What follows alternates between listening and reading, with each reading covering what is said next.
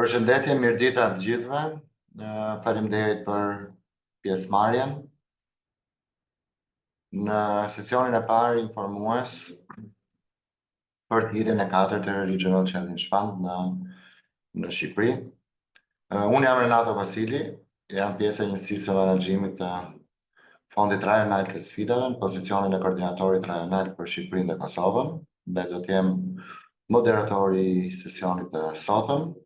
Bashkë me mua është edhe kolegja ime, Vesa Shehu, në pozicionin e koordinatorës rajonale për Kosovën dhe për Shqipërinë. Dhe po ashtu ne kemi me ne sot edhe kolegët e suportit teknik. Dhe unë do jap fjalën shkurtimisht Aleksandrës për të ndarë disa rekomandime në mënyrë që të kemi një eksperiencë pa shumë probleme dhe të meta teknike. Please, Alexandra, if you can guide us through the technical guidelines for the webinar. Thank you, Renato. Dear attendees, welcome to the info session of the Regional Challenge Fund in Albania. To have a smooth webinar experience, please follow this guide. To ask questions in written form, please use the Q&A option in the Zoom toolbar. To ask questions live, press the raise hand button and the moderator will call you up at the end of the session. In case you're having technical difficulties, contact technical support in the chat room. Thank you and enjoy the webinar. Thank you, Alexandra. Before we jump to the presentation, a few words, I'll switch in Albanian, sorry. Disa fjalë shkurtimisht për agendën edhe çfarë parashikohet që të prezantohet në 90 minutat e ardhshme. Për shkak se ne kemi edhe një sesion tjetër pas këtij të orës 11, do duhet fatkeqësisht që të jemi shumë strikt me orën, pra ta mbyllim në orën 12:30. Ajo që parashikohet prezantohet për t'ju pajisur me një informacion më të gjerë dhe më të detajuar për kriteret, procedurat, procesin e aplikimit. Do jenë 3 pjesë të ndara në pjesën e parë, që është prezantimi i përgjithshëm i kritereve, të cilat ju do t'i gjeni edhe në udhëzimet në gjuhën shqipe dhe angleze në web faqen, pra në faqen web të fondit.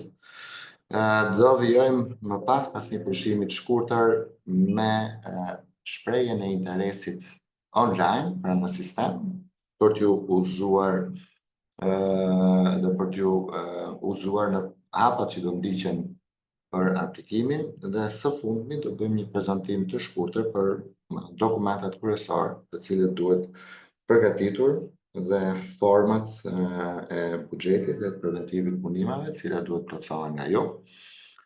Por në mënyrë që të kemi vijimësi dhe mos përqendrojmë në çdo informacion sot edhe për shkak të limitimit të kohës, sesioni tjetër udhëzues është në 2 javë nga sot, pra në datën 29 prill në orën 11, dhe aty ne do të fillohemi më tej në çështjet që janë kryesisht teknike, financiare, që kanë bëjnë me përgatitjen e buxhetit dhe të kontributit pjesëmarrës e kështu me radhë. Kështu që pa humbur shumë kohë, unë po vijoj me prezantimin.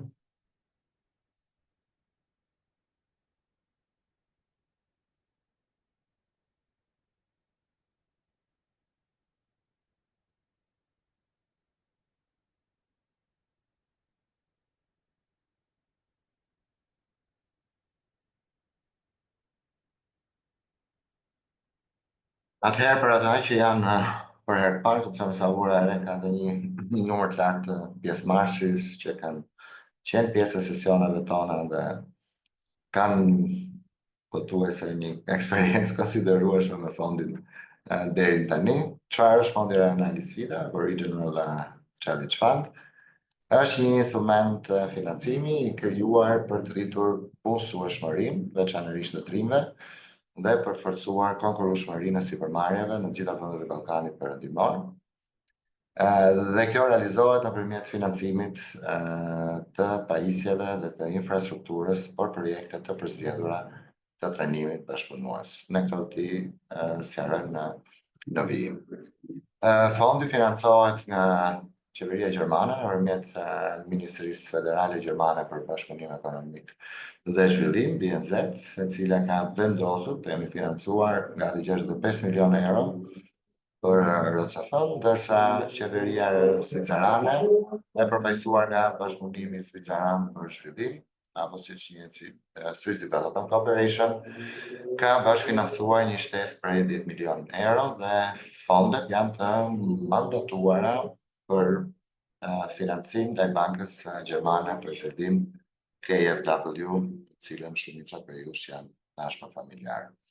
Agjencia zbatuese e projektit është Forumi i Investimeve i Dhomave të Ballkanit Perëndimor, i cili mbështetet nga një konsorcium ndërkombëtar konsulentësh për të zbatuar në nivel të përgjithshëm dhe operacional programin, pra Regional Challenge Fund, dhe ky konsorcium ndërkombëtar i konsulentëve përbëhet nga IPC, Planko, Swiss Contact dhe KPMG. Unë dhe Vesa jemi nga IPC, i cila është kompania konsulente udhëheqëse lider e konsorciumit ndërkombëtar të konsulentëve.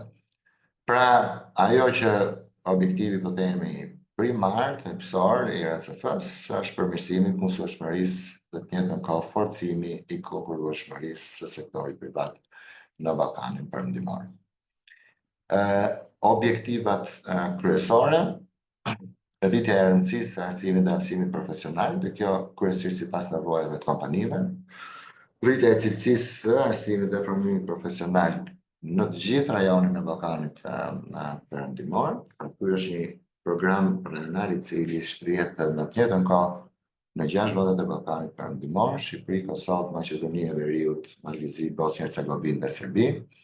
Dhe nëpërmjet investimeve ofrohet mbështetje financiare për blerje, për investimet në pajisje dhe infrastrukturë në institucionet që ofrojnë arsim dhe aftësim profesional.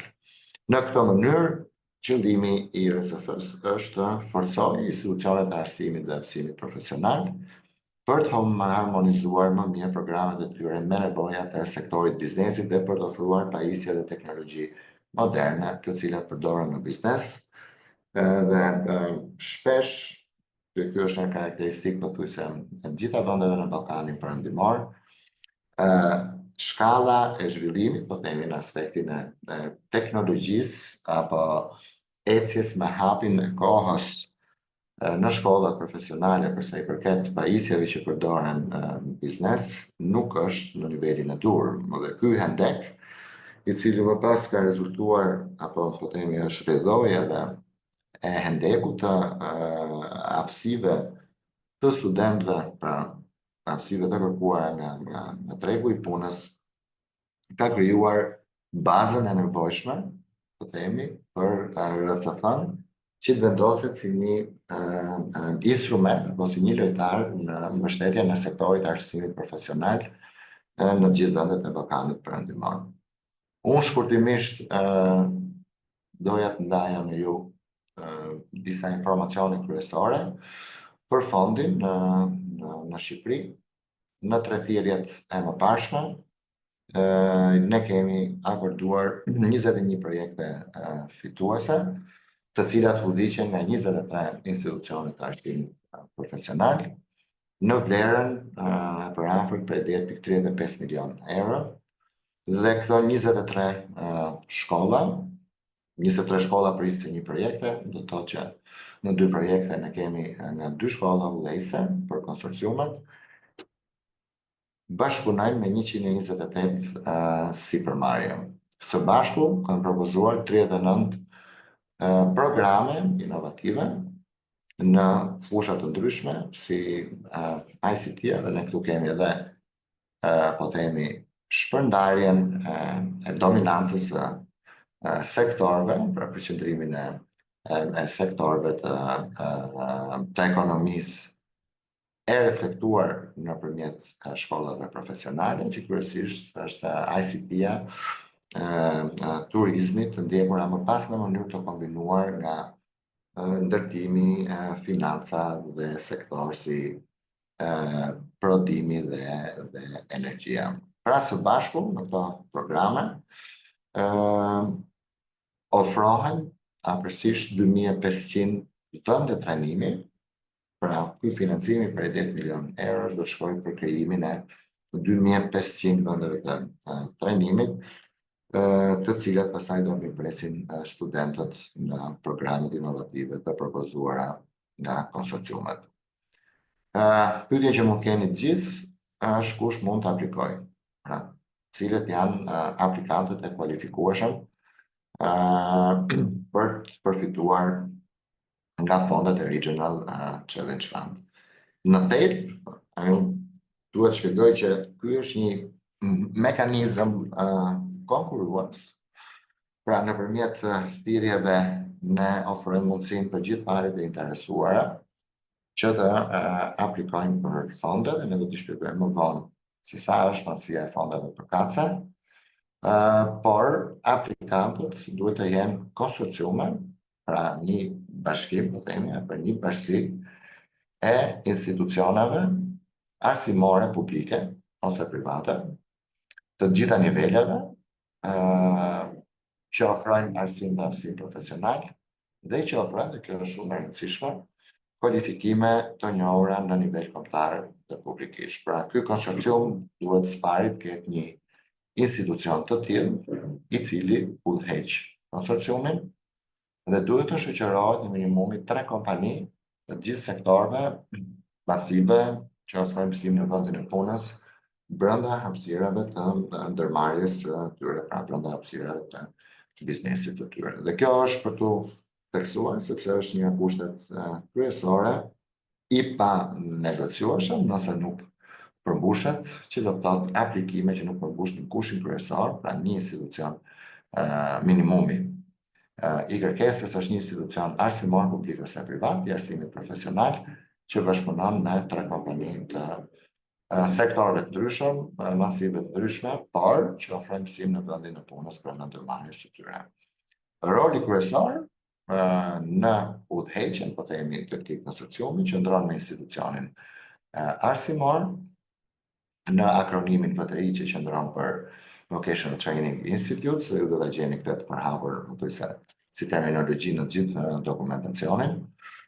Dhe kushti tjetër, po aq i rëndësishëm, është që qoftë institucionet arsimore publike, por edhe kompanit duhet të operojnë së paku prej 2 vitesh në treg, dhe kur themi së paku prej 2 vitesh, do të thotë që aktiviteti i tyre formal duhet të suportohet me dokumentacionin përkatës, do shpjegohet më vonë, që vërteton që këto institucione apo këto kompani operojnë për së paku 2 vitesh në treg dhe duhet të kenë mjaftueshëm përkushtim, po themi, dhe vullnet për të bashkëpunuar në mënyrë që të përmirësojnë qoftë programet ekzistuese të trajnimit bashkëpunues apo të propozojnë programe të reja dhe së bashku të krijojnë një sistem të qëndrueshëm për pjesëmarrjen në arsimin dual, pra studentët bëjnë mësimin praktik dhe teorik në shkollë dhe pastaj ndjekin mësimin praktik në vendin e punës. Kjo është me fjalë shumë thjeshta dhe bazike, thelbi i gjithë, po themi, strukturës apo skeletit të ndërtimit të konsorciumit VTI. Cilët janë aplikantët e kualifikueshëm, pra cilët janë kriteret kryesore për kualifikueshmërinë e aplikantëve? Duhet të jenë të regjistruar në një nga 6 vendet e Ballkanit Perëndimor, për të paktën 2 vite përpara shpalljes thirrjes, sapo e sqaruam. Në këtë rast, sepse mund të jenë të regjistruar në një nga 6 vendet e Ballkanit Perëndimor, por për aplikimet në Shqipëri, institucioni arsimor duhet të jetë në Shqipëri. Kompanitë gjithashtu duhet të jetë në Shqipëri, mundet që të jenë kompani që nuk ndodhen në Shqipëri. Në këtë rast do duhet që të ketë një shpjegim të detajuar se cili është roli i këtyre kompanive dhe shohim më vonë. Duhet që të realizojnë, pra të zbatojnë arsim dhe formim profesional si veprimtarinë e tyre kryesore, pra institucioni arsimit dhe formimit profesional apo institucioni VTI, mund të jenë publik, mund të jenë privat, ose mund të kenë një formë organizimit në NGOs, për të organizatave jo fitimprurse. Duhet të njihet nga autoritetet përkatëse, në rastin e Shqipërisë duhet të jenë të licencuar përkatësisht për, dhe kjo referohen institucioneve private, licencuar apo të akredituar sipas rregullavave kombëtare në fuqi si institucione të arsimit dhe formimit profesional. Duhet të qenë të angazhuar në të kaluar, ose nëse jo, të jenë gatshëm për të angazhuar në të ardhmen në përgatitjen dhe zbatimin e programeve të trajnimit bashkëpunues ose programeve, pra formateve të ndryshme të edukimit dhe arsimit, siç është, dhe së fundmi është iniciativa më e re në Shqipëri që ka nisur vitin e kaluar, sistemi dual, pra pilotimi i sistemit dual. Këto aplikant duhet të zbatojnë programe të njohura zyrtarisht, të cilat çojnë po ashtu në kualifikimet të njohura zyrtarisht. Çfarë nuk kuptohet me këtë është që çdo program trajnimi duhet të shoqërohet qoftë me një diplom apo certifikat, e cila është e njohur nga autoritetet përkatëse dhe bazohet në kriteret kombëtare, pra në kornizën kombëtare të kualifikimeve. Nuk është kusht që këto duhet kenë, pra këto certifikime duhet kenë shtrirje rajonale apo ndërkombëtare, por nëse do të ishin të tilla, aq më mirë, krijojnë mundësi studentëve që të shtrinë më tepër seti i aftësive të tyre të aplikohet edhe në vendet tjera përveç Shqipërisë, por kjo nuk është e detyrueshme. Institucionet publike duhet mbështeten nga autoritetet përkatëse, dhe këtu në rastin e Shqipërisë është Ministria e Ekonomisë, në të cilën është arsimi profesional, po edhe agjencitë përkatëse të punësimit edhe të kurikule, pra të kualifikimeve. Në rastin tonë, një letër mbështetje, ju do të gjeni këtë letër mbështetje si format në faqen e internetit, duhet të firmoset, të paktën praktika deri më sot, ka qenë që mbështetja jepet nga AKPA, autoriteti kombëtar i punësimit dhe arsimit profesional. Ndërsa për institucionet private, kjo letër mbështetje duhet jepet nga autoriteti, po themi ligjor, në institucionet privat, si mund të jetë profesuesi ligjor, dekani, administratori, e kështu me radhë. Vlen për të thuar tani që institucionet arsimore, pra VTI, mund të përfitojnë nga financimi i RCF-s deri në 1.2 milion euro në total, pra ky është maksimumi, dhe kjo shumë mund të realizohet nëpërmjet thirrjeve të ndryshme. Pra për ata që janë për herë dytë sot, që marrin pjesë në këtë sesion dhe duan të aplikojnë, do kenë parasysh që për llogaritet vlera e grantit e fituar në thirrjen e parë, së bashku me aplikimin në thirrjen e katërt, në këtë rast, dhe kjo vlerë nuk duhet të kalojë 1.2 milion euro. Por mund të ketë raste, dhe nuk e di sa të tilla do kemi, kjo mbetet për të parë, nëse kanë fituar, po themi 2 herë, 2 projekte në vlerën 600.000 për 700.000 të kombinuar, mbetet një diferencë për 400-500.000 euro të cilët mund të aplikojnë në këtë thirrje. Me rëndësi kuptohet që tavani qëndron në 1.2 milion euro dhe kjo është shuma maksimale që mund përfitohet për gjatë gjithë shtrirjes në kohë dhe kozgjatjes së fondit rajonal të sfidave. Të gjitha kriteret që përmendëm vlen edhe për bashkë aplikuesit, që është institucioni i dytë, po themi, dhe kjo është fakultative, nuk është e detyrueshme. Si përmarrjet partnere, duhet të jenë të regjistruara normalisht ashtu sikurse dhe institucionet e arsimit me një nga 6 vendet Ballkanit Perëndimor për paktën 2 vjet përpara shpalljes thirrjes, dhe diskutuan, mund të jenë si përmarrje private publike, por mund të jenë gjithashtu organizata jo fitimprurse, Nuk ka dallim në cilët sektor duhet të punojnë apo çfarë masie duhet ketë, pra mund të jenë nga gjithë sektorët, të gjitha masit, mikro, të vogla, të mesme, të mëdha, por duhet të kenë një rezultat financiar pozitiv në vitin para paraqitjes së shprehjes së interesit, që do të jemi në 2025 dhe këto kompani të cilat duhet të kenë 2 vite operim në treg, duhet paraqesin minimalisht një rezultat financiar i cili paktën nuk është negativ në vitin 2024 dhe një vit më parë, pra 2023. Duhet të ofrojnë kapacitetet mjaftueshme nacionale, pra duhet të kenë burimet e duhura apo të financiare dhe njerëzore për të suportuar dhe punuar me studentët në vendin e punës, në kuadër të zbatimit të trajnimit bashkëpunues me cilin do bien dakord me institucionin arsimor, dhe duhet kanë fituar tashmë një përvojë me iniciativat e trajnimit bashkëpunues, ose kanë vendosur të marrin pjesë në këto trajnime, të jenë përkushtuar për mbështetur zbatimin e këtyre trajnimeve dhe të jenë të gatshëm që të integrojnë elementet të trajnimit praktik në proceset e tyre të punës, në rast se nuk kanë një eksperiencë të tillë të mëparshme.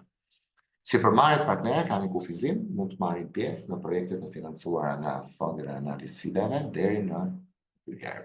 E njëjta sipërmarrje mund të marrë pjesë 2 herë në 2 thirrje të ndryshme, ndërsa brenda së njëjtës thirrje nuk duhet të jetë e përfshirë në më shumë se një projekt.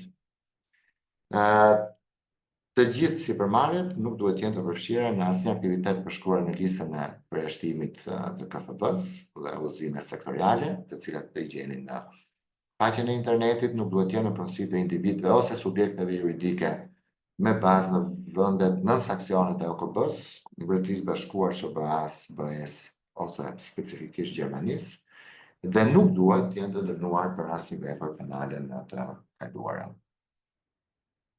Së bashku, pra institucionet e arsimit profesional dhe sipërmarrjet duhet që pranojnë pra të kenë angazhimin për të shpalosur dorëzuar pasyrat dhe raportet e tyre financiare të publikuara dhe ose të ndërmjetme, në rastet kur nuk kanë patur mundësi të publikojnë apo janë biznese që për cilat nuk kërkohet bilanci detajuar për të dorëzuar në tatime, mundet një interim pra pasyra financiare të ndërmjetme apo të brendshme për 2 viteve të fundit.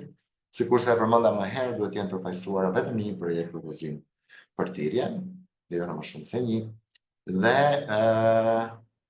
këto konsorciume duhet zotohen për të vepruar në përputhje të plotë me standardet ndërkombëtare mjedisore, sociale, shëndetësore dhe të sigurisë në punë gjatë zbatimit të projektit, siç përshkruhet në dokumentat e përkatës në seksionin e dokumentave për thirrjen e 4. Dhe së fundmi, duhet që së bashku të caktojnë koordinator bashkëpunues të trajnimit, cilët do të jenë përgjegjës për planifikimin dhe bashkëndimin e programeve të trajnimit të zbatuara së bashku. Pra, çdo konstruksion duhet të ketë koordinatorin, po themi, e projektit përkatës, mund të jetë një koordinator projekti i caktuar nga institucioni arsimor, një koordinator projekti i caktuar nga sipërmarrjet, me rëndësi që të dyja palët bien dakord se kush është personi që do të heqë më tej projektin. Ne përmendëm dhe më herët cilat janë kriteret kryesore. Konsorciumet duhet të firmohen nga një institucion arsimor dhe minimalisht, kjo është e detyrueshme, 3 sipërmarrje partnere për programin e propozuar të trajnimit bashkëpunues, marrëdhënia ndërmjet të gjithë anëtarëve të konsorciumit rregullohet, do të themi sanksionohet nëpërmjet një dokumenti që kemi quajtur memorandumi i mirëkuptimit apo i bashkëpunimit, pra një dokument i cili përcakton kriteret kryesore të bashkëpunimit të palëve, formën e të cilit e gjeni po ashtu në dokumentacioni përkatës për thirrjen e 4. Ky dokument duhet firmosur nga të gjitha palët dhe duhet dorëzohet së bashku me dokumentat e tjerë në momentin e dorëzimit të aplikimit.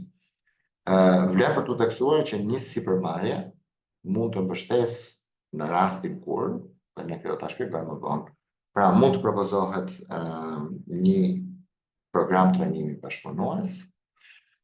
Ne kemi limituar këtë radhë në ndryshime të tjera deri në maksimumi 2 programe të trajnimit bashkëpunues. Nëse këto 2 programe janë të njëjtit sektor, po themi ICT, atëherë kompanit mund të marrin pjesë në 2 programe. Por nëse këto programe janë në sektor të ndryshëm, pra një ICT dhe një turizëm, po themi menaxhim turizmi, atëherë do duhet që për shkak të ndryshimit të sektorëve të programeve të trajnimit bashkëpunues, edhe si përmarrjet partnere, duhet të përkojnë për duhet të jenë në të njëjtin sektor ekonomik. Cilat janë projektet e pranueshme, eligible,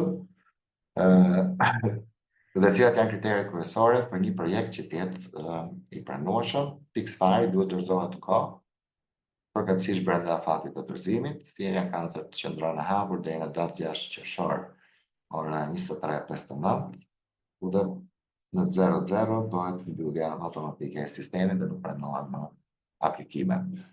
Projektet dorëzohen online. Unë më vonë do shpjegoj edhe në forma përkatëse të aplikimit online. Shuma minimale e kërkesës për financim është 150.000 euro dhe maksimumi është 500.000 euro. Ky është një ndryshim në thirrjet e mëparshme, në të cilat maksimumi ka qenë deri në 600.000 euro. Konsorciumet përkatëse duhet të kenë një kontribut pjesëmarrës, matching contribution, koncept që ne do e diskutojmë edhe në sesionin e ardhshëm, udhëzues për të paktën 10% të vlerës së kërkuar për financim nga RCF. Pra nëse kërkohen 500.000 euro, ky kontribut pjesëmarrës, i cili mund të jetë në natyrë ose financiar, duhet të jetë së paku të paktën 10% të vlerës, në këtë rast 50.000. Konsorciumet mundsojnë që sigurimi nga aksidente për gjithë studentët duhet ofrohet përputhje me rregullat kombëtare. Projektet e financuara nga RCF-ja duhet, dhe ky është kushti pa negociuesëm dhe është kriter përjashtues nëse nuk plotësohet, të ofrojnë vende trajnimit për të paktën 30 nxënës deri në fund të vitit të dytë. Që do të thotë, edhe nëse kemi pra mënyra e llogaritjes, dhe që ose kemi 15 studentë në vitin e parë, atëherë edhe 15 studentë në vitin e dytë, pra totalin në të fund të 2 viteve duhet jetë 30 nxënës. Këtë do ta shpjegojmë dhe në formën online të aplikimit, është e detajuar dhe e shpjeguar dhe nuk do krijojë konfuzion. Projektet e trajnimit bashkëpunues financuar nga RCF janë të hapura për të gjitha kategori, komunitetet sociale, grupe teknike, dhe është detyrueshme që mos përjashtohet asnjë minoritet i caktuar.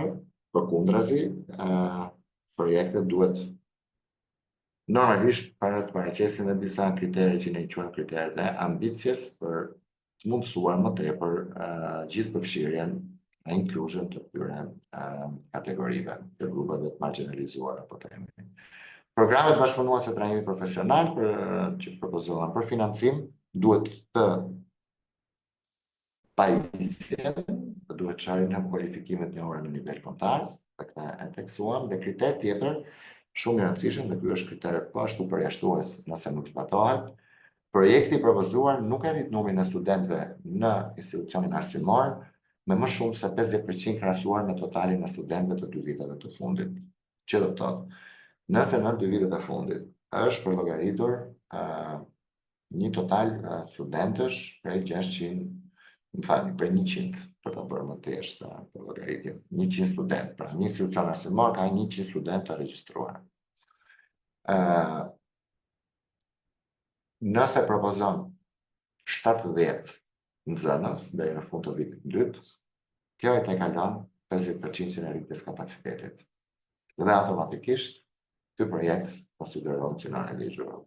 Nëse janë 30, atëherë 100 edhe 30 për 130 është brenda 150-ës. Nëse janë po ashtu 50, është në limit të rritjes së kapacitetit. Këto janë për të mbajtur shënim nga ju dhe për ato që do vijojnë të marrin pjesë në sesionin tjetër udhëzues, do i shpjegojmë në më shumë detaje. Përmendëm letrën e mbështetjes nga autoriteti i përkatës, Ministria ose institucione të akorduara, po themi, apo që kanë tagrin për të dhënë një letër të tillë mbështetje. Në rastin në Shqipëri është AKPA. E shpjeguam edhe për institucionet private se nga duhet jepet kjo letër mbështetje, pra nga autoriteti, po themi, që ka përfaqësimin ligjor në institucionet private arsimor. Duhet mbajtur parasysh që kozjata e parashikuar e projektit është maksimumi 3 vite. Pra të gjithë projektet që propozohen, apo programet e trajnimit bashkëpunues që propozohen,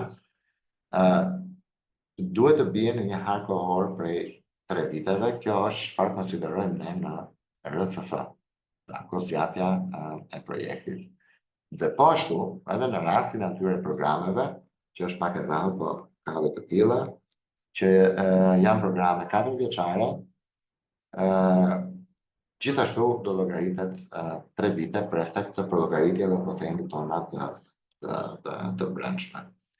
Programet e trajnimit bashkëpunues mund të vazhdojnë të zbatohen në formë të qëndrueshme, dhe ky është kush, pra duhet konceptuar në mënyrë të tillë që nuk është çështja vetëm që ky program të ekzistojë në 3 vite sa që do jetë, do të themi, marrëdhënia me RCF-n, por duhet konsideruar që ky program të japë mjaftueshëm, të ketë mjaftueshëm qëndrueshmëri për t'u aplikuar më pas, pra edhe pas 3 viteve, për të qenë i zbatueshëm, për të qenë po themi koherent për sa i përket nevojave të hapësive që ka tregu.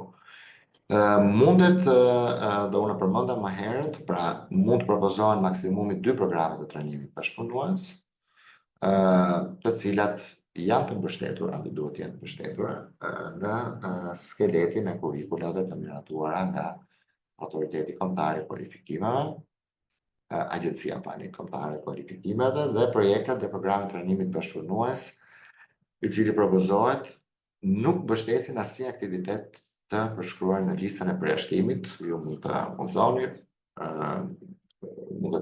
ta konsultoni listën e përjashtimit të KFT-s dhe udhëzimet sektoriale, ku bëhet fjalë për prodhimin e armëve, plejtimin e tijeve alkolike e kështu me radhë.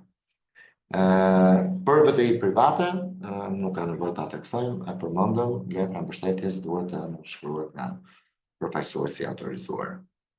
Në dallim në thirrjet e tjera, risia në këtë thirrje është ka të bëjë me prioritetet tematike të Fondit Rajonal të Sfidave. Pra, për të qenë pranueshëm dhe të kualifikueshëm, projektet duhet të trajtojnë një ose më shumë nga prioritetet tematike të mëparshme të RCF-s. Atëherë janë 3 të tilla, që është Green Just Transition apo Green Transition, tranzicioni gjelbër.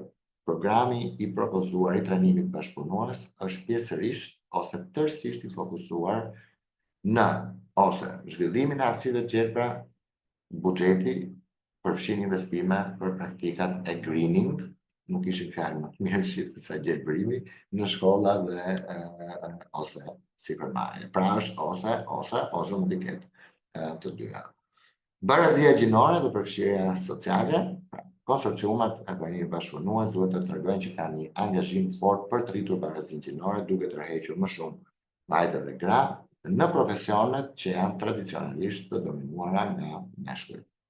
Po përmend zyrtar. Ose anasjellës.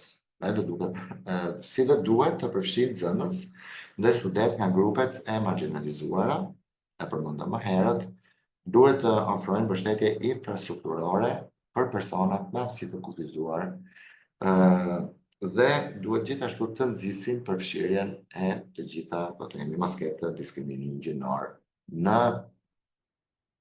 përcaktimin e po themi kohortave të studentëve që do marrin pjesë në një trajnim të caktuar. Dhe e treta, për sa i përket aspekteve dhe prioriteteve tematike, është transformimi digital. Një program i propozuar i trajnimit bashkëpunues është pjesërisht ose tërësisht i fokusuar në zhvillimin e aftësive digjitale dhe ose zbatohet përmes instrumenteve digjitale.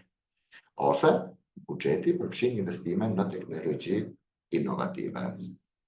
Kjo dhe ju do të shikoni tek forma e aplikimit, pra janë 3 tema, 3 objektiva kryesore që janë të detyrueshme për të përmbushur në RCF, pra njëra prej, ose 2 prej, ose edhe të treja nëse është një program që i ka këto, për cilin ju mendoni që mund të preki në të 3 aspektet, minimumi është që duhet të çekuar një.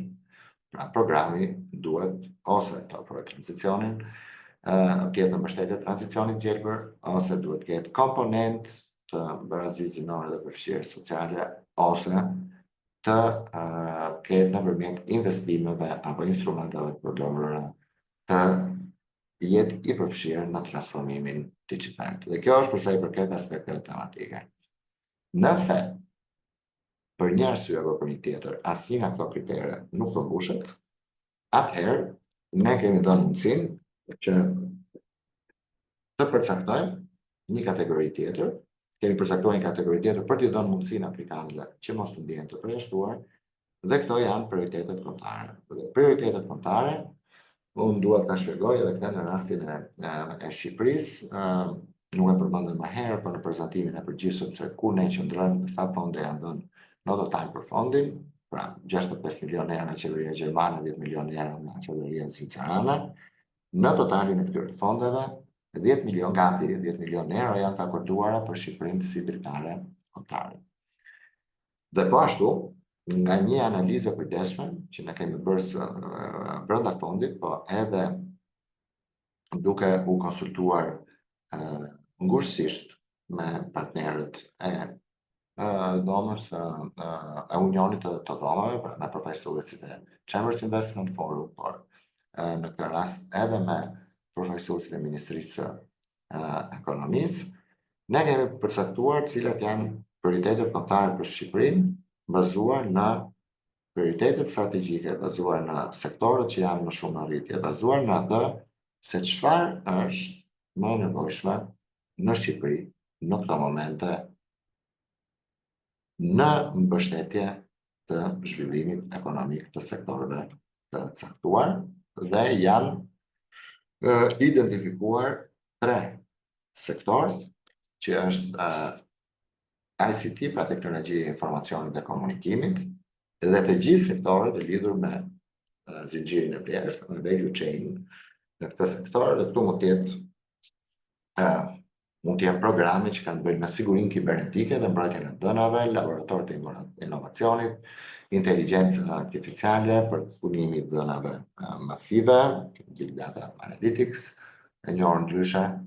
Sektor tjetër prioritar është ndërtimi dhe sektorët e lidhur, të gjithë sektorët përkatësisht lidhur me zinxhirin e vlerës, si facility management, menaxhimi i administrimi i objekteve,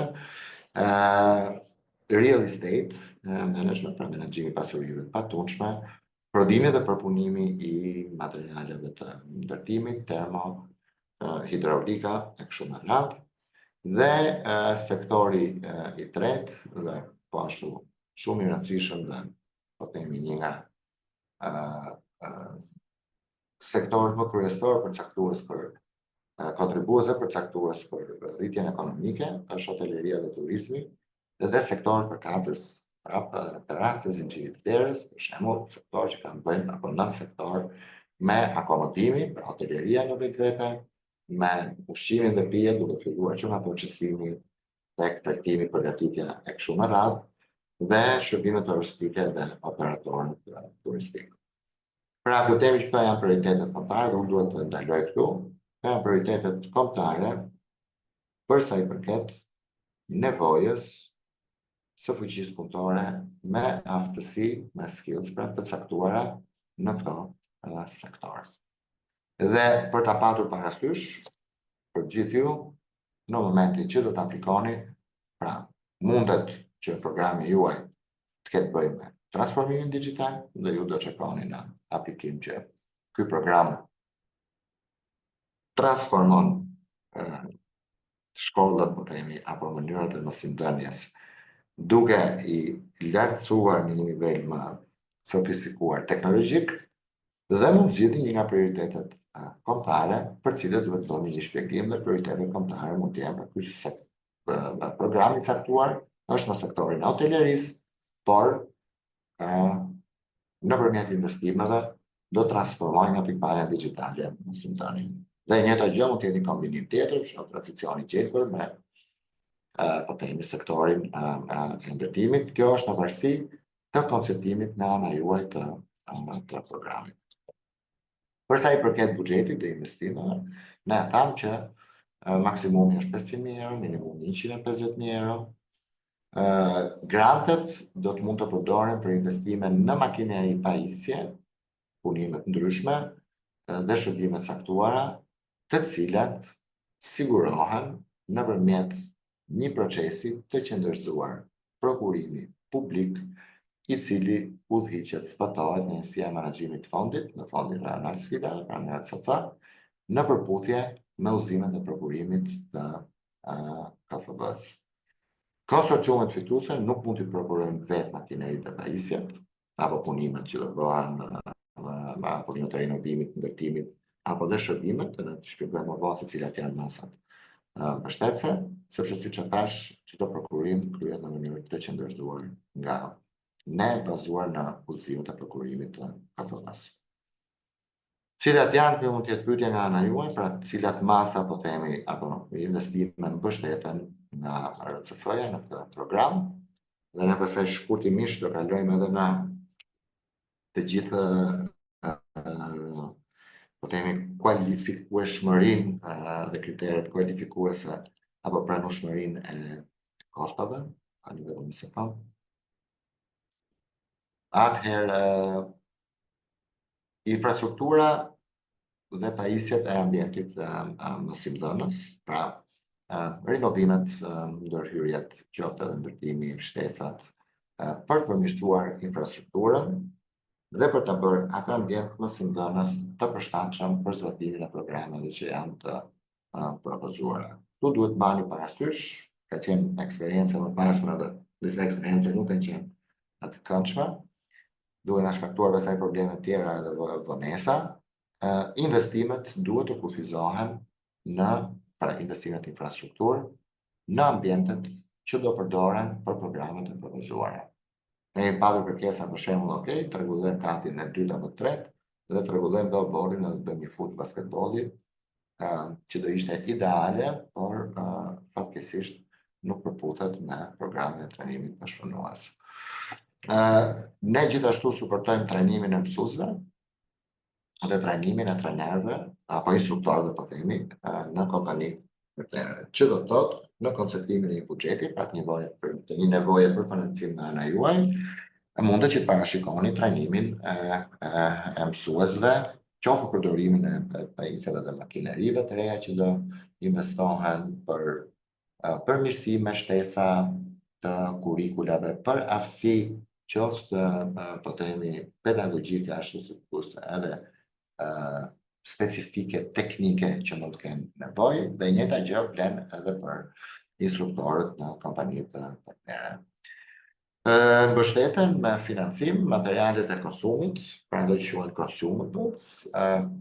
Disa nga programet e kanë të nevojshme që të kenë po themi një lëndë të parë konsumuese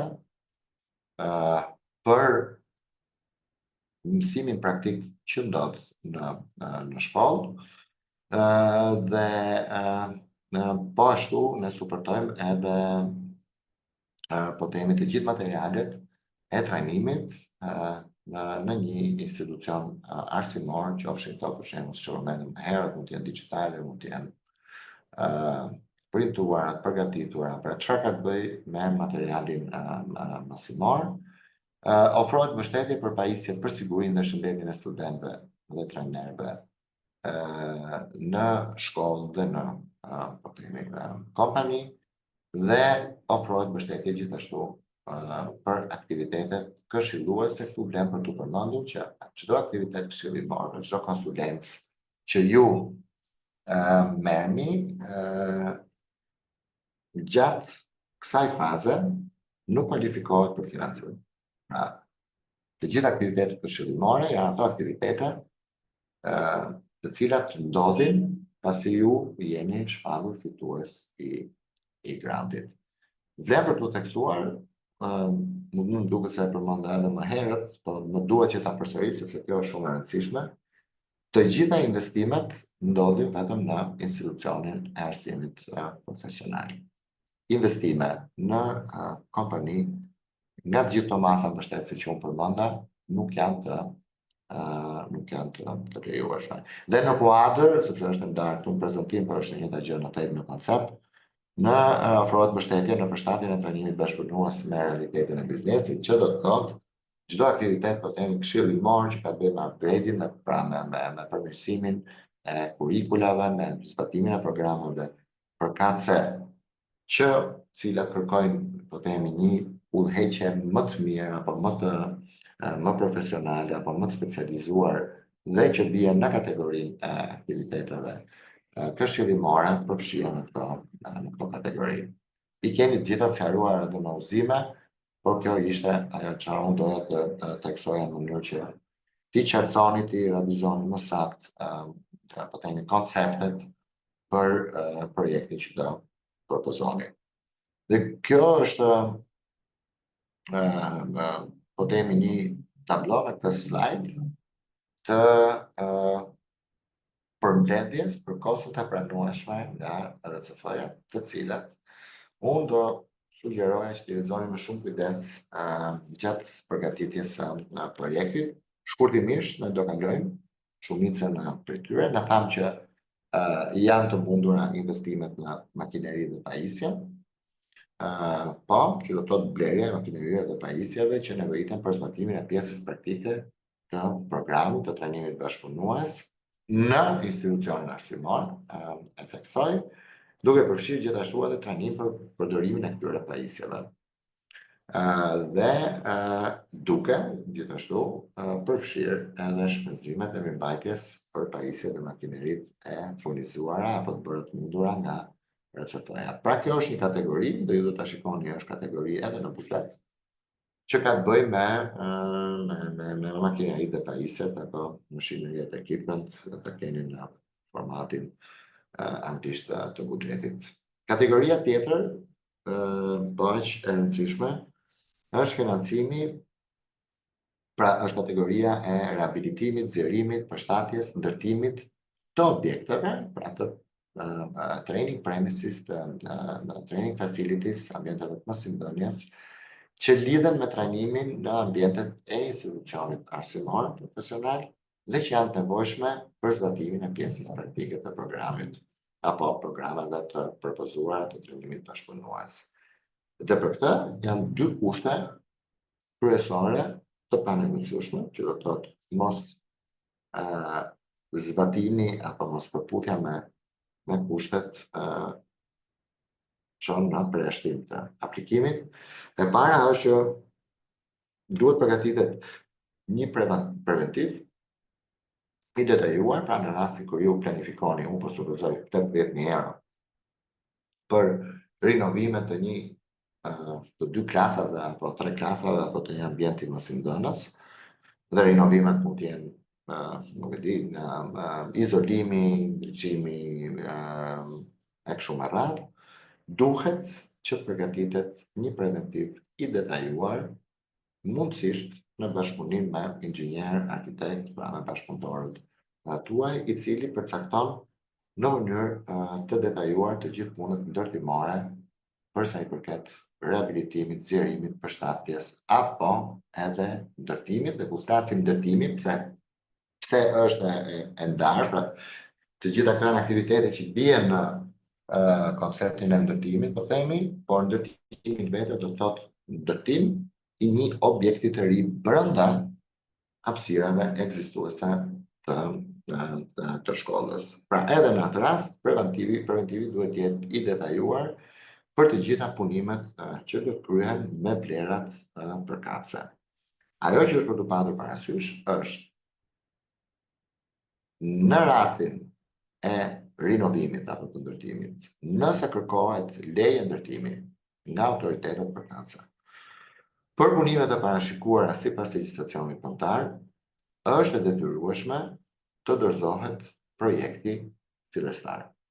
Pra, nëse duam të rinovojmë një kat, themi, mirë për këtë kat që bën 100.000 euro rinovimi i këtij kati, kërkohet një leje ndërtimi, të cilën ju nuk e keni këtë fazë, por ama në këto, po themi, më pak se 2 muaj, duhet siguroheni që të keni një projekt design, pra projekt arkitekturor fillestar, i cili duhet të dorëzohet së bashku me preventivin. Dhe nëse ky projekt, pra ky aplikimi juaj, kualifikohet më pas në listën e ngushtë, në shortlist, dizajni i projektit, versioni përfundimtar, do duhet që dorëzohet gjatë fazës 2 të aplikimit, që është projekt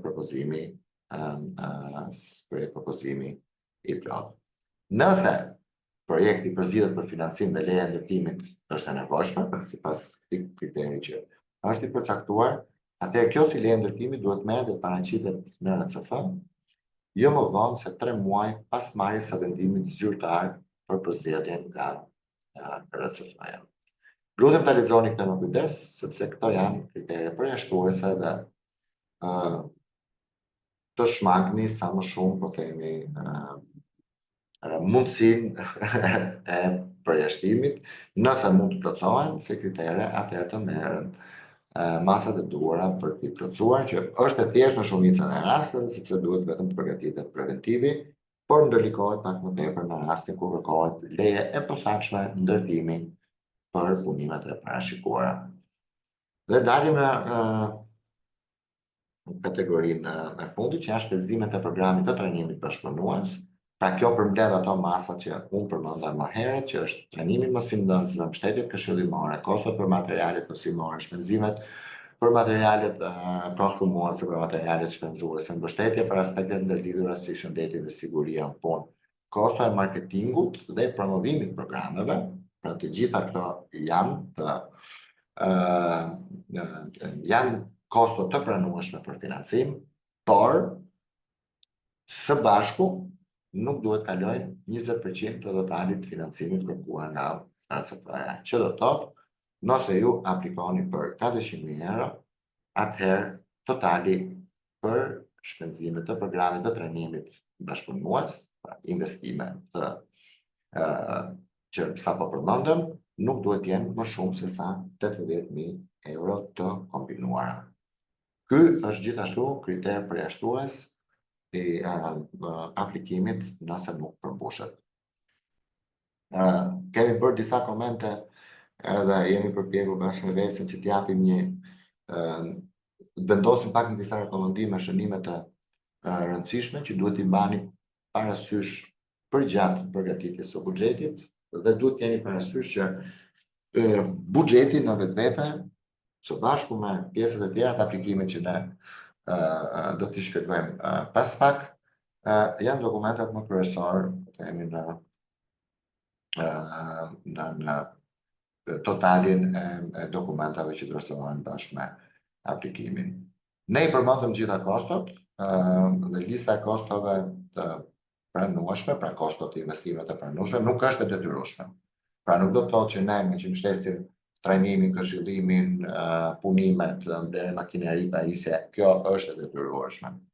Ju këtë e përcaktoni nga nevojat e programit të trajnimit bashkëpunues. Mund të jetë me makineri dhe pajisje, nuk ka nevojë për rinovim kombinuar me trajnime, do të jetë trajnime kombinuar me makineri e pajisje, kombinuar dhe me rinovime të ambienteve, por jo detyrimisht duhet kalohet në gjitha ato hapa. Duhet pasur parasysh që ne përmendëm kontributin pjesëmarrës, sot nuk do thellohemi, sepse ka do pak kohë që kuptohet siç duhet për llogaritja e kontributit pjesëmarrës, po kostot e përmendura më sipër, pra ato që prezantuam slajdin e mëparshëm, mund të llogariten si kontribut pjesëmarrës nëse preferohet, pra nëse përzidhen si të tilla nga konsorciumet. Kostot do ishte mirë që të gjithë kostot e parashikuara të vlerësohen bazuar në një, po themi, market research për sa i përket kostove, apo në mënyrë krahasimore me projekte ngjashme, nëse ju keni pasur eksperiencë me projekte tjera, duhet të llogariten bruto, që do të thotë të përfshihet të përfshihet edhe taksat e tjera për kafshë, transporti, instalimi, dogana, kështu me radhë. Dhe formulari I buxhetit që këshillohet përdoret, ju e gjeni, ne kemi thënë është I disponueshëm këtu në kuptimin që këtu në web faqen, pra në faqen web të Regional Challenge Fund, dorëzimi I këtij formulari duke përfshirë preventimin e punimeve është I detyrueshëm në fani për mistyping këtu, se pra sasin nuk kisha një gjumë në si fjalë. Gjithsesi I referohet preventivit. Duhet mbajtur parasysh që numri I pozicioneve buxhetore që do të financohen nga RCF-ja brenda formës së buxhetit, pra brenda strukturës templatit të buxhetit, duhet të jetë deri në 10. Ne do shpjegojmë këto në detaje, 10 pozicione buxhetore maksimumi dhe jo më tepër, dhe vlera e secilit pozicion duhet të jetë minimalisht 10.000 euro për pajisjet, makineritë e punimet, dhe minimumi për 5.000 euro për kostot e tjera, që do të thotë. Ne nuk mund të bëjmë pajisje më pak se sa 10.000 euro. 8.000 euro kompjutera, jo duhet të jetë 10.000 euro sipër. Ne nuk mund të bëjmë trajnim më pak se sa 5.000 euro. Pra nuk mund të bëjmë trajnim 2.000 euro apo 3.000 euro, por duhet të jetë 5.000 euro e sipër. Kjo është logjika që duhet ndjekur, pra dhe kriteret që duhet pasur parasysh kur filloni dhe të përgatisni buxhetin. Folëm për kontributin pjesëmarrës. Kontributi mund të jetë financiarisht dhe ose në natyrë. Në natyrë do të thotë, unë do ta shpjegoj në detaj në sesionin pasardhës, është për llogaritje, apo po themi përdorim I dobishëm I të gjithë atyre shpenzimeve që ju aktualisht keni, dhe të gjithë investimeve që ju aktualisht keni, duke marrë një pjesë në proporcion me përdorimin atyre pajisjeve, ambienteve apo shpenzimeve, dhe duke alokuar si një kontribut pjesëmarrës për projektin e ri, dhe kjo quhet në natyrë. Dhe nëse kjo nuk është e mundur, apo ju e gjykoni më të thjesht që të bëni ndryshe, alternativa është kontribut pjesëmarrës me 10%, që është kriteri në vlerë financiare. Pra, duhet të jetë gjithmonë një gjendje financiare në 10% të vlerës fondit e disponueshme nga konsorciumi. Kostot e papranueshme nga RCF-ja janë shpenzimet operacionale të institucioneve dhe sipërmarrjeve partnere, pra pagat e mosimdhënëse, kjo është nuk financohet, nuk suportohet.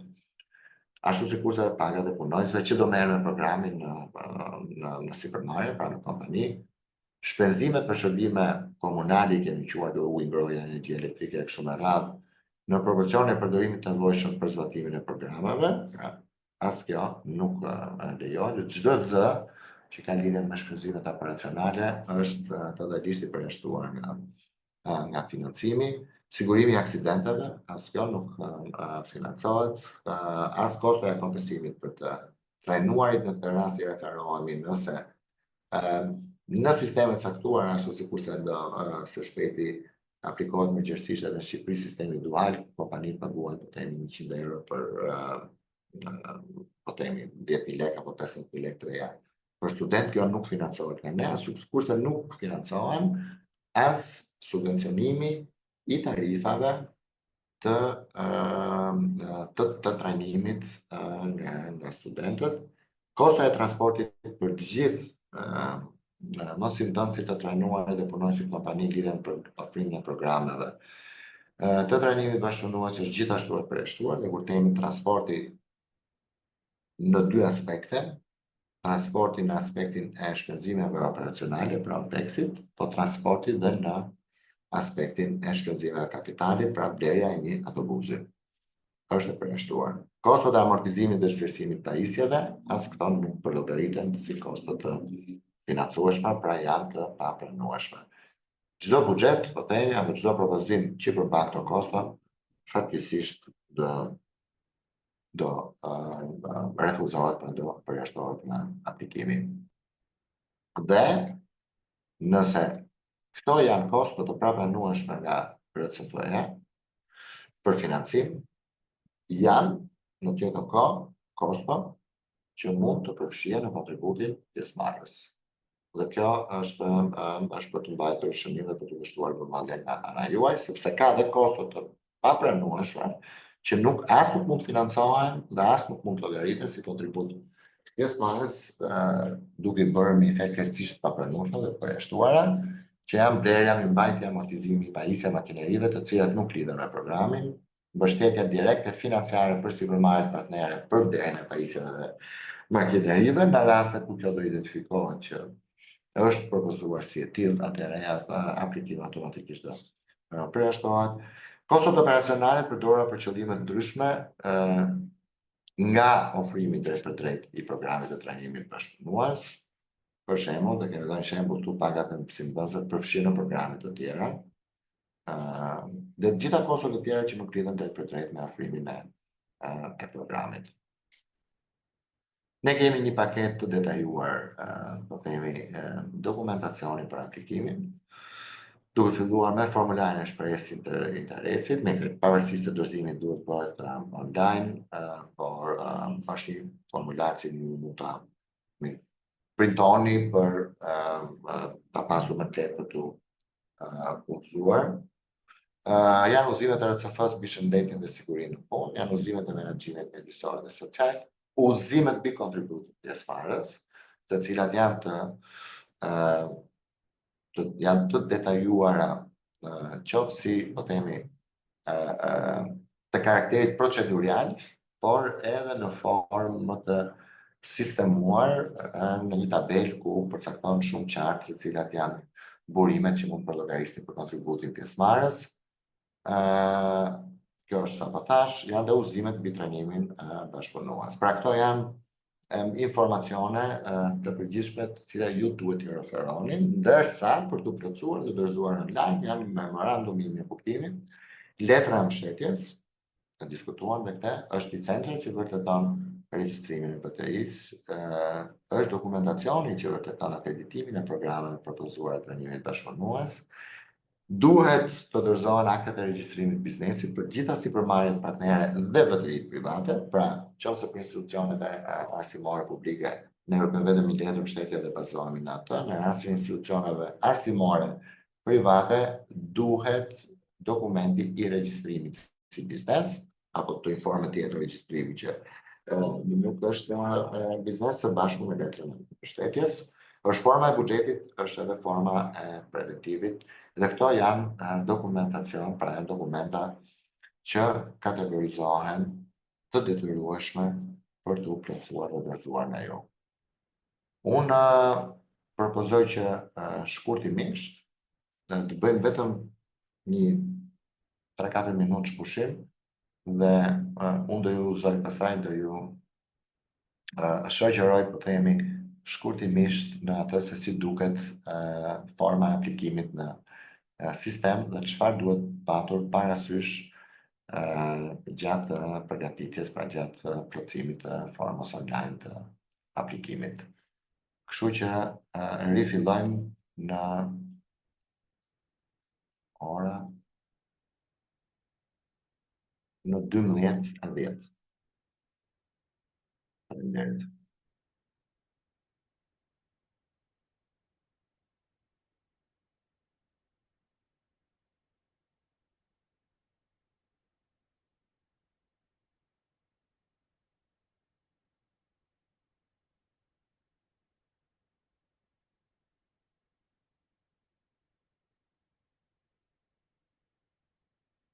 Përshëndetje të gjithëve, prapë webinari u stopua për shkak të pushimit, kështu që presim vetëm 1-2 minuta që të kenë mundësi gjithë pjesëmarrësit të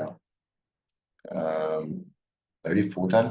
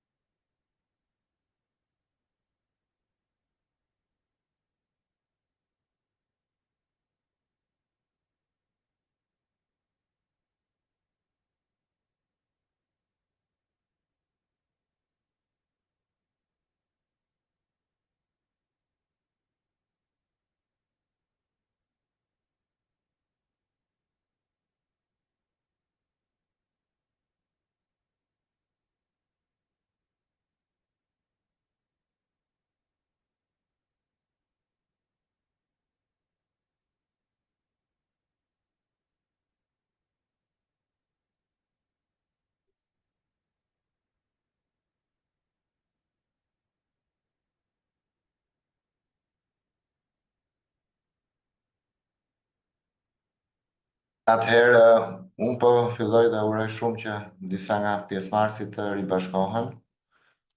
Ishte ideja thjesht e një pushimi, po jo e ndërprerjes apo vendosjes në pauzë të webinarit, por gjithsesi ne do vijojmë edhe në sesionin e ardhshëm për të shpjeguar më detaje formën e aplikimit, çfarë është e rëndësishme në këtë fazë. Pra, ne shpjeguam me detaje të gjitha kriteret e pranueshmërisë, procesin, procedurat të cilat duhen ndjekur. Për të aplikuar online, ju mund të shkoni në faqen e internetit të Regional Challenge Fund dhe aty ku thot application mund të klikoni. Do ju shfaqet, unë nuk e kam këtu, po është faqja e parë ku thot regjistroni, pra do zgjidhni RCF, thirrja e katërt për aplikime, regjistroni dhe do ju shfaqet kjo që shikoni tani në ekran. Forma e aplikimit online nuk është e vështirë. Ne jemi përpjekur që të bëjmë një, po themi, strukturim sipas seksioneve përkatëse në mënyrë të kuptueshme, të thjeshtë, me kriteret që apo fushat përkatëse që duan plotësuar. Janë 9 të tilla, pra janë 9 seksione, për sa i përket formës së aplikimit, duke filluar nga kriteret e eligibilitetit, e pranueshmërisë, informacioni mbi institucionin e arsimit profesional, informacioni i nevojshëm për sipërmarrje që i bashkohen konsorciumit. Sesioni 4 është për në rastin kur ka më shumë se sa 3 sipërmarrje, pra që janë të detyrueshme, për të vijuar më pas në seksionin 5, që është programi i trajnimit bashkëpunues si subjekt i këtij aplikimi, pra që i nështrohet i aplikimi, statusi aktual i kapaciteteve të trajnimit bashkëpunues, subjekti i caktuar i financimit, pra qëllimi përdorimit të fondeve dhe tabela përkatëse e buxhetit e thjeshtuar në formë elektronike në këtë sistem, por kjo nuk përjashton që duhet plotësuar, dhe dorëzuar edhe forma e buxhetit në Excel, që mund të tregoj pak më vonë, dokumentacioni suportues dhe deklarata e dekutësisë në fund. Çfarë do ju shfaqet? Unë do kaloj shkurtimisht për 10 minutat e ardhshme në secilin nga seksionet. Pra fillojmë me seksionin e parë, që janë kriteret e pranueshmërisë, është kompozimi i konsorciumit, pra përbërja, po themi, e konsorciumit, po ose jo, pra a është një shkollë me 3 kompani, a kanë 2 vite, pyetja e dytë, po ose jo, a është ky i vetmi propozim apo ka dhe propozime tjera. Pra, secili nga kriteret e pranueshmërisë që ne shpjeguam gjatë prezantimit është i reflektuar këtu në online, pra këto plotësohen, po e kështu me radhë. A ofrohen vende trajnimi 15 në vitin e parë dhe minimumi 30 në vitin e dytë.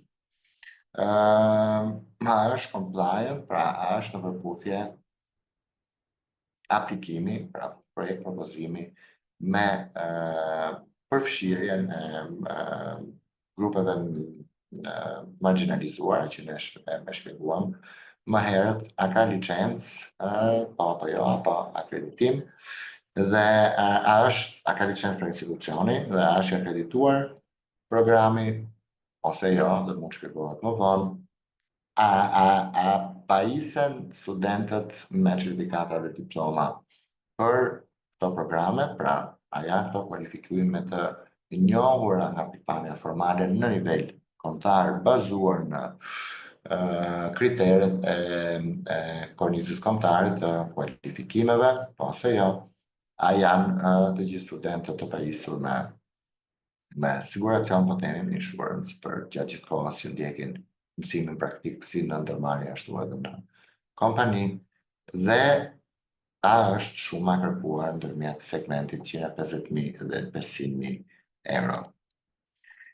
Për sa i përket aspekteve tematike që unë shpjegova në detaje gjatë prezantimit, atëherë kemi 3 të cilat kanë të bëjnë me aspekte tematike të Regional Challenge Fund, pra Green Transition, Gender Equality, the Social Inclusion, the Digital Transformation dhe National Priorities. Minimalisht që aplikimi të konsiderohet i plefshëm, duhet çekuar njëra nga këto. Po themi Green Transition, por një projekt propozim mund shkojë përtej kësaj dhe normalisht përputet edhe me prioritetet kombëtare të cilat unë i sqarova më herët. Do luteshim që për secilin nga këto pra aspekte tematike të përzgjedhura të jepet një shpjegim. Ne kemi vendosur 1000 fjalë maksimumi, por besoj edhe më pak mjaftojnë se çfarë tamam adreson projekti i propozuar. Pra, një ose më shumë aspekte tematike, prioritetet kombëtare, cilat janë këto dhe kështu me radhë. Kur kalohet në seksionin e dytë, pra bëhet ruajtja, në seksionin paraardhës kalohet tek seksioni i dytë. Ne mund edhe të kalojmë, dhe kjo është për efekt shpejtësisë, tani se nuk kemi kohë që t'i plotësojmë të gjitha. Në seksionin e dytë kemi të bëjmë me të dhënat kryesore për institucionin e arsimit profesional, çfarë është në lutë kuq është e detyrueshme që të plotësohet. Këtu për të patur parasysh kur flasim për përbërjen dhe strukturën e institucionit të arsimit profesional, për shembull numri i studentëve të cilët kanë qenë të regjistruar në 2 vitet e fundit, mund të dasim numër, shumë ka 150. Ata që janë të regjistruar aktualisht, pra në të gjithë programet, dhe jo vetëm programe që kërkojnë financim, që mund të jetë program ekzistues, mund të jetë edhe program i ri, numri i mësuesve, numri i stafit total të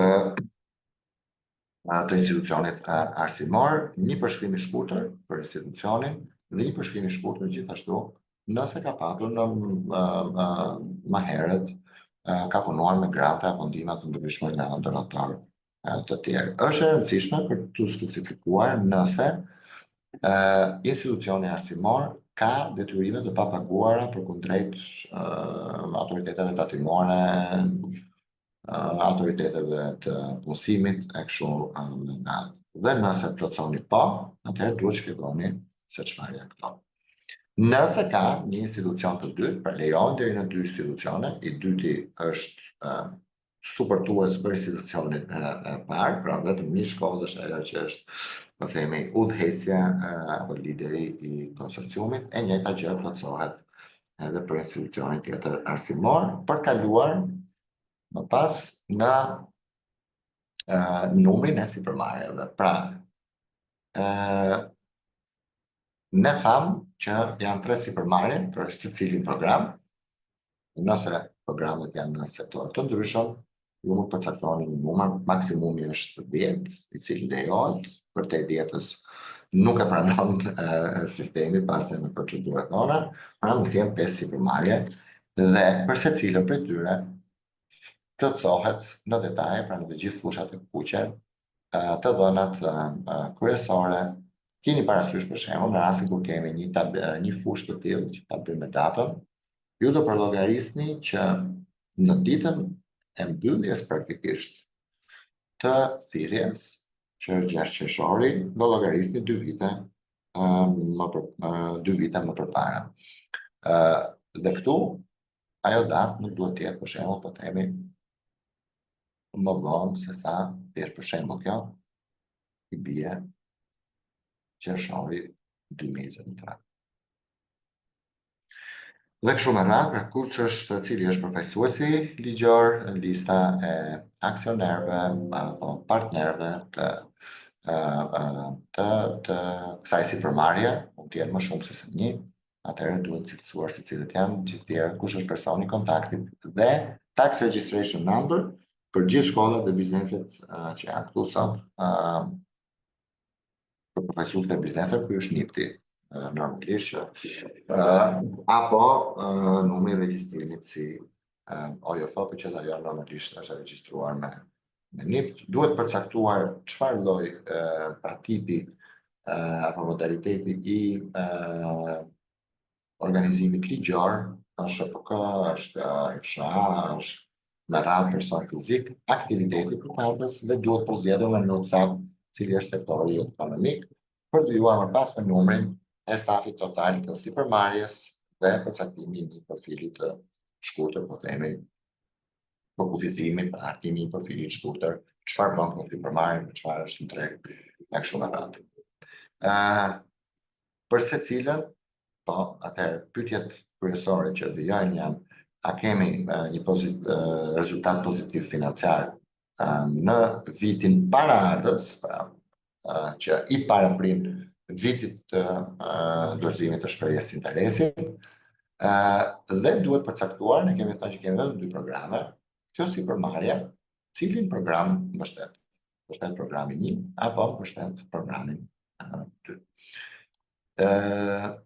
Në rast se kemi të bëjmë me një sipërmarrje që mbështet të dyja programe, atëherë këtu mund të zgjedhim ishin, po atëherë mund të shpjegojmë këtu që ne suportojmë edhe programin e dytë. Dhe më pas vijohet me të njëjtën rrugë për sipërmarrjen e dytë, për sipërmarrjen e tretë, dhe nëse është e nevojshme që të shtohen sipërmarrje, në faqen pasardhëse ju jepet mundësia që të shtoni më shumë se sa 3. Pra sistemi në mënyrë automatike për llogarit 3, po, dhe në rast se ju kërkoni më shumë, atëherë fillon nga 4 e kështu me radhë. Vazhdojmë më tej. Pra, në momentin që unë përzgjodha dhe tash po duhen më shumë se sa 3 sipërmarrje, atëherë sistemi në automatike jep mundësinë që të shtoni deri në 10. Kalohet tek seksioni i dhe këtu jemi te seksioni i programeve të trajnimit bashkëpunues. Pra, programi i parë është i ri apo është ekzistues, ka certifikim po apo jo, duhet shpjeguar çfarë programi është ky sektori i përkatës, dhe ky sektor përkatës normalisht nëse përzgjidhet një nga 3 sektorët që ne i përcaktuam si prioritete kombëtare, nuk mund kemi këtu një sektor tjetër që nuk ka lidhje me atë që është përcaktuar më herë. Pra edhe në këtë rast duhet bëhet kujdesja, edhe ne ta kemi më të lehtë gjatë plotësimit. Në rast se ju zgjidhni jo për pjesën e certifikimit dhe të akreditimit, atëherë duhet bëni një shpjegim pse nuk ka, apo planifikohet që të ketë, apo është aplikuar dhe nuk është marrë akoma, në varësi të situatës atëse. Programet e trajnimit mund të jenë short term, mund të jenë long term, pra afat shkurtra dhe afat gjata. Short term është më pak se 12 muaj, long term është më shumë se sa 12 muaj, pra më shumë se sa një vit. Duhet përcaktuar se cila është kozjatja, kemi programe trajnimi që mund të jenë 6 muaj, në rastin kur keni zgjedhur short term. 6 do të thotë që është 6 muaj, sepse është më pak se 12. Në rastin kur zgjidhni long term dhe këtu vendosni 2, ne do ta kuptojmë që kjo është më shumë se sa një vit, pra janë 2 vite akademike të plota për këtë program të caktuar. Dhe me radhë, nëse është një program ekzistues, numri i studentëve që janë regjistruar, ajo që është shumë e rëndësishme, mund të jesh kam për një shembull këtu, por në vitin e parë nuk duhet të jetë më pak se sa 15, dhe në vitin e dytë, nëse prap kemi 15 të regjistruar, jo nuk do të jetë më pak se sa 30. Ajo që ne konsiderojmë është numri këtu në vitin e dytë. Pra në vitin e dytë duhet të jetë 30 dhe jo poshtë kësaj, sepse për ndryshe quhet mos plotësim i kriterit. Duhet përcaktuar se sa të shpeshta janë këto programe trajnimi. Pra,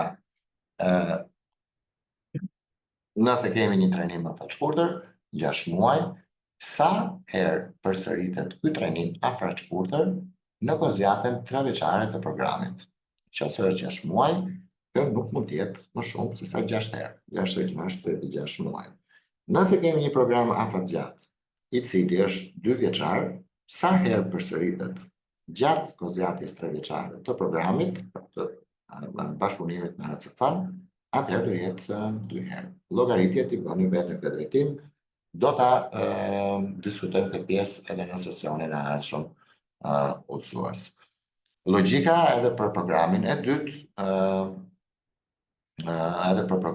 dytë, pra siç e shpjegova, duhet plotësohet një lloj si më përpara. Kalojmë në seksionin pasardhës, që është gjendja aktuale, pra si duken ambientet e mësimdhënies, janë të disponueshme pjesërisht, po jo, cila është gjendja e makinerive, pajisjeve dhe materialeve të trajnimit, nevoja e trajnimit të mësuesve, shpenzimet operacionale të buxhetit,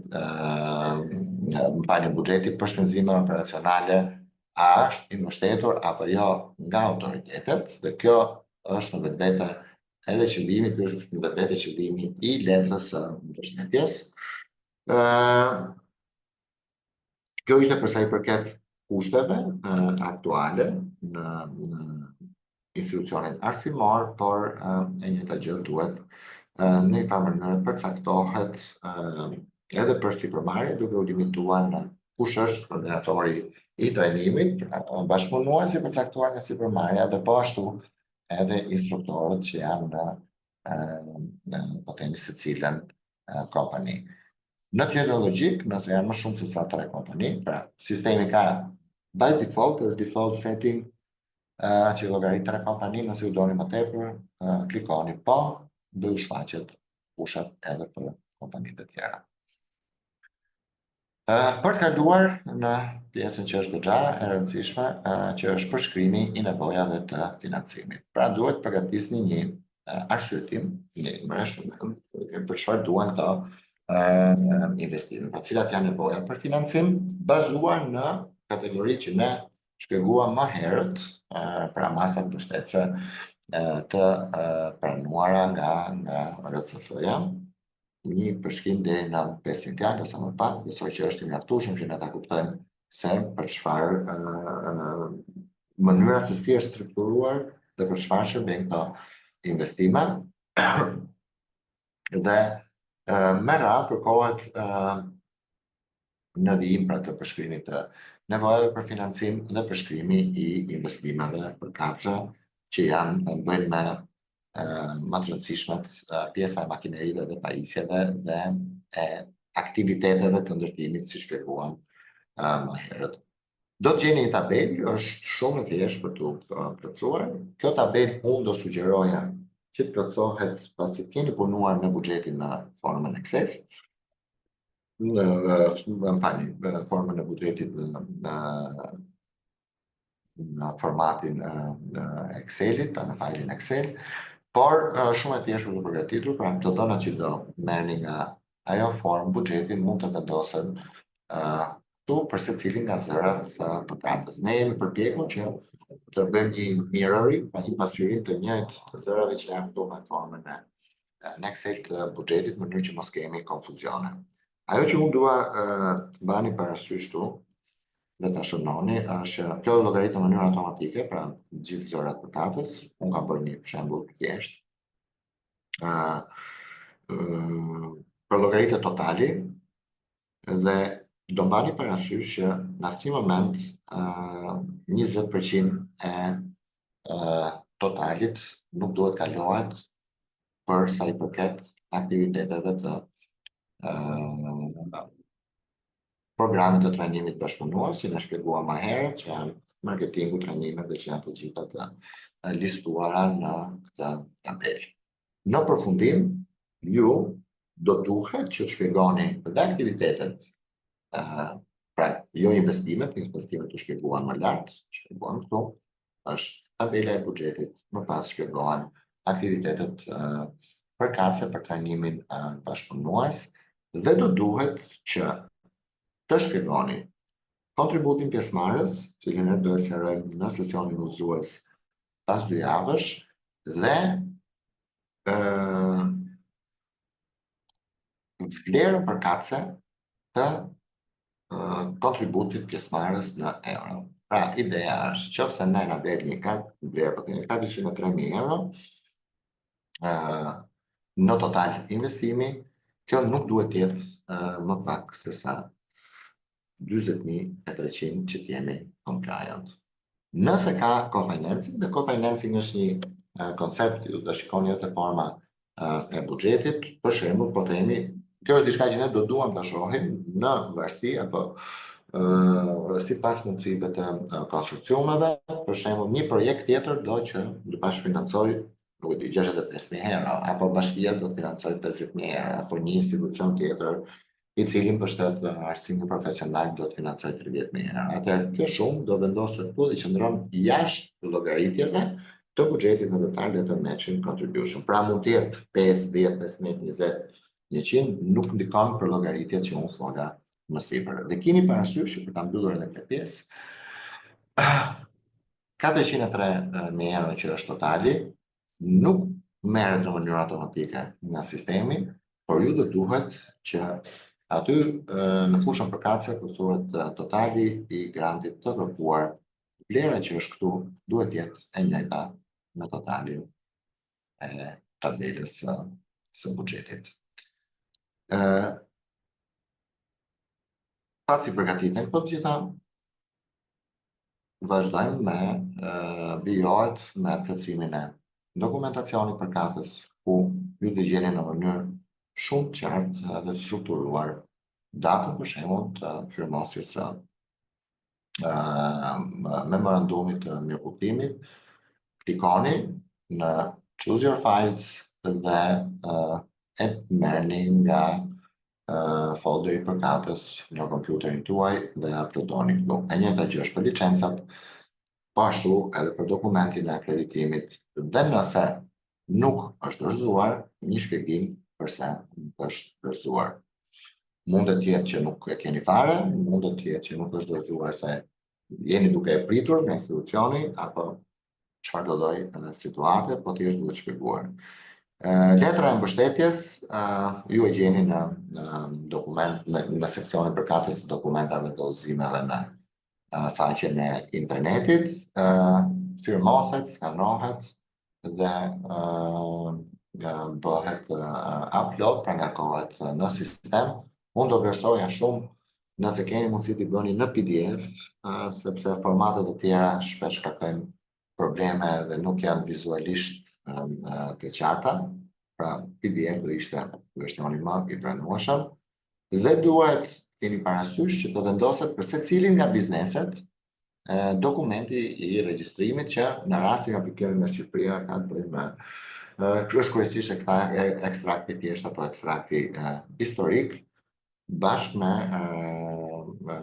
po themi dokumentat tjerë të nevojshëm për regjistrimin e biznesit, dhe njëjta gjë vlen edhe për regjistrimin e institucioneve arsimore nëse ato janë private. Janë 2 dokumenta, ne kemi vetëm 2-3 minuta dhe do duhet që ta mbyllim për të vijuar kolegët me webinarin tjetër, të cilët janë shumë të rëndësishëm. Është buxheti, është preventivi, është edhe dizajni. Buxhetin dhe preventivin ne i kemi në 2 forma Excel-i, unë do t'ju tregoj shumë shkurtimisht. Duhet plotësohen nga ju dhe pastaj duhet ngarkohen këtu. Gjithashtu edhe nëse keni një projekt paraprak për investimet që do të bëni, pra për rinovimet, duhet të ngarkohet këtu. Në fund, kjo është faqja e fundit, kjo është deklarata. Ky informacion që shpjeguam deri tani, pra në çdo fushë duhet të plotësohet, nuk do konsiderohet final nëse ju nuk do përfshihni dhe sipërmarrjet në rishikimin e kësaj forme të aplikimit, të cilat këto unë do t'i sqaroj në eventin, pra në webinarin e ardhshëm. Shkurtimisht për ju, dhe pastaj mund të adresoj një pyetje, do na falni për kohën, po është shumë informacioni i cili duhet prezantuar në fatkeqësisht orar të limituar. Kjo është çfarë ju do gjeni në sistem për sa i përket buxhetit. Pra, në sistem në faqen e internetit, ku mund ta downloadoni, ky është templeti. Siç e pat tabelën e buxhetit në sistem, tjetër gjë ne përpjekur që të bëjmë edhe këtu duke sqaruar shumë qartë se cilin zë se si do jetë. Pra, nëse vendosni që për rinovimin do duan 100.000 euro, kjo është shumë e kërkuar, ky është matching contribution si vlerë, do ta sqarojmë më vonë. Nëse ka financim, po apo jo, pra bashkë financim, duhet vendosur këtu dhe në mënyrë automatike për llogaritë totali dhe kështu me secilin zë. Fushat që janë të me ngjyrë portokalli, që kanë të bëjnë me transportin, sigurimin, utilitetet, pra shpenzimet operacionale, pagat e kështu me radhë, janë fusha që qëllimisht nuk lejohet që plotësohen, për sa kohë, siç e shpjeguam, këto janë kosto të pranueshme për financim. Tabela ju ndihmon që për llogarisni qoftë minimumin e kontributit pjesëmarrës, ashtu edhe limitimin në 20% të aktiviteteve të programit bashkëpunues. Dhe në faqen e dytë do gjeni disa udhëzime përkatëse, duke patur parasysh që kushtësi nuk duhet të tejkalohet numri prej 10 pozicionesh në buxhet. Dhe cilat janë këto pozicione janë të treguara shumë qartë. Ne do vazhdojmë me buxhetin edhe me preventivin në sesionin tjetër informues, udhëzues, i cili do jetë pas 2 javësh në të ndërmarrë në orën 11. Unë nuk kam patur mundësi të ndjek pyetjet dhe përgjigjet. Jam i sigurt që kolegja Vesa është marrë me secilin prej tyre. Ka disa pyetje nëse ne mund ta qarkullojmë prezantimin, patjetër që po. Ne do ta ndajmë prezantimin në të gjithë pjesëmarrësit sot. Dhe unë ju falenderoj për kohën, për durimin edhe për vëmendjen. Dua t'ju garantoj paktën nga ana ime dhe e kolegës Vesa që gjatë kësaj periudhe dhe 3-4 javët e ardhshme janë pak do jenë pak intensive, po edhe disi të ndërlikuara, sepse është shumë informacion i cili duhet asimiluar dhe kuptuar si kështuar. Ju i keni në faqen e internetit adresat e emailit dhe në çdo kohë mundet që të dërgoni email me pyetje përkatëse, me nevoja për informacione, dokumentacione dhe kështu me radhë. Dhe ky sesion do jetë i regjistruar, do uploadohet dhe do markohet në faqen në YouTube, ku ju mund t'i referoheni dhe unë uroj shumë që t'ju shoh sërish në 2 javë për të vijuar me më shumë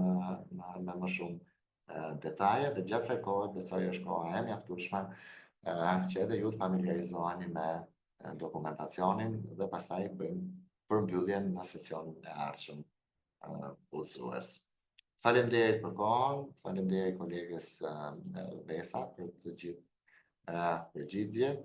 Thank you, Alexandra, for your background support, and I hope to see you soon here in the next session. Faleminderit dhe ditë mbarë.